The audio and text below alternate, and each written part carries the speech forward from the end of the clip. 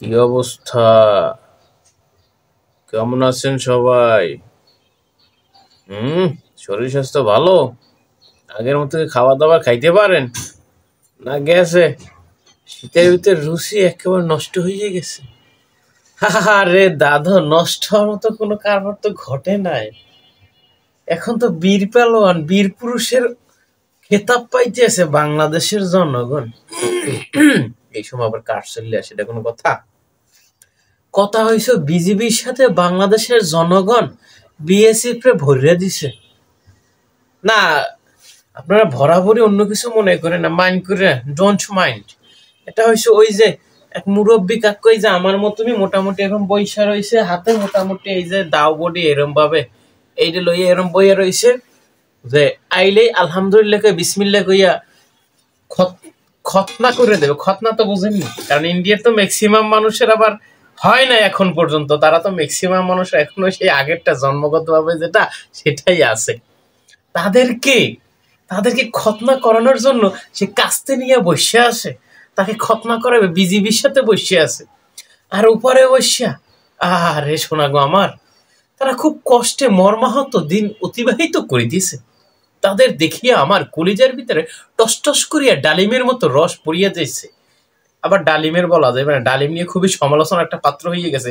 ডালিম বাদ, এখন ডালিমের সাবজেক্ট না। ক্লিয়ার হ বাবা, গলা ক্লিয়ার হ, কথা বলতেছি। এখন কথা হইল, বিজিবির সাথে সাধারণ জনগণ স্বতঃস্ফূর্ত ভাবে তাদের দেশ রক্ষার জন্য আগাইয়া আসছে। সেটা দেখে কলিজা আহা শান্তি, একটা শান্তিময় বিরাজ করিতেছে। ওদিকে বিএসএফ আগে তো মামুবাড়ির আবদার যা পাইতো লইয়া যাইতো, মামুবাড়ির ফল, মামুবাড়ির আপেল, মামুবাড়ির কমলা, মামুবাড়ির যা সবে মামা বাড়ি ছিল। এখন আর সেই মামা বাড়ির অপশনে এরা আছে খুব মর্মাহত। এই যে আপনার নিউজ দেখতে দেখতে ভরে যাওয়ার কথা, এই যে দখল করতে আসছিল, জায়গা জমি দখল করছে, ভালো কথা। দুই দেশের মিডল পয়েন্টে কিছু জায়গা থাকে যেটা কোনো কেউ ভোগ করতে পারে না, এটা জিরো পয়েন্ট হিসাবে থাকে। সেখানে তারা কাটাদার যাই দিয়া বেড়া দেওয়ার সাথে সাথে বিজিবি যখন তাদের প্রতিহত করছে, সাথে সাথে জনগণ নেমে গেছে, খেলা লাগছে। ওদিকে ইন্ডিয়াও আছে, এদিকে বাংলাদেশও আছে, দুই দেশের জনগণ দুই পাশে, কোনো সমস্যা নাই। বাংলাদেশের মানুষ যে জনপ্রিয়তা, যে ইতিহাস দেখাইছে, সেটা তো জাতি হিসেবে আমরা গর্বিত। বর্ডারের পাশে যারা বসবাস করতেছে তারা তো আসলে প্রতিটা মানুষ বিজিবির সদস্য আমি মনে করিতেছি। ওই যে একটা ছবি ভাইরাল হয়েছে, ছবিটা হইলো মুরব্বী কাকু কাস্তে নিয়ে বসেছে, হয়তো বা এরকমই বসে আছে যে আসুক আজকে তাকে খতনা করে দেব, বিসমিল্লাহকে খতনা করাই দেব। তো এখন এই যে একটা অবস্থা, আমি একটু বসছিলাম, আমার কষ্ট হইতেছে। আরে শোনা গো আমার, খাবার দাবার করার পরে পানির পিপাসা লাগে, একটু পানি খেয়ে এলে। বেশি খাওয়া যাইবে না, সিনেমার মতো অল্প খাইতেইব। ফিল্টারিং পানি খারাপ না।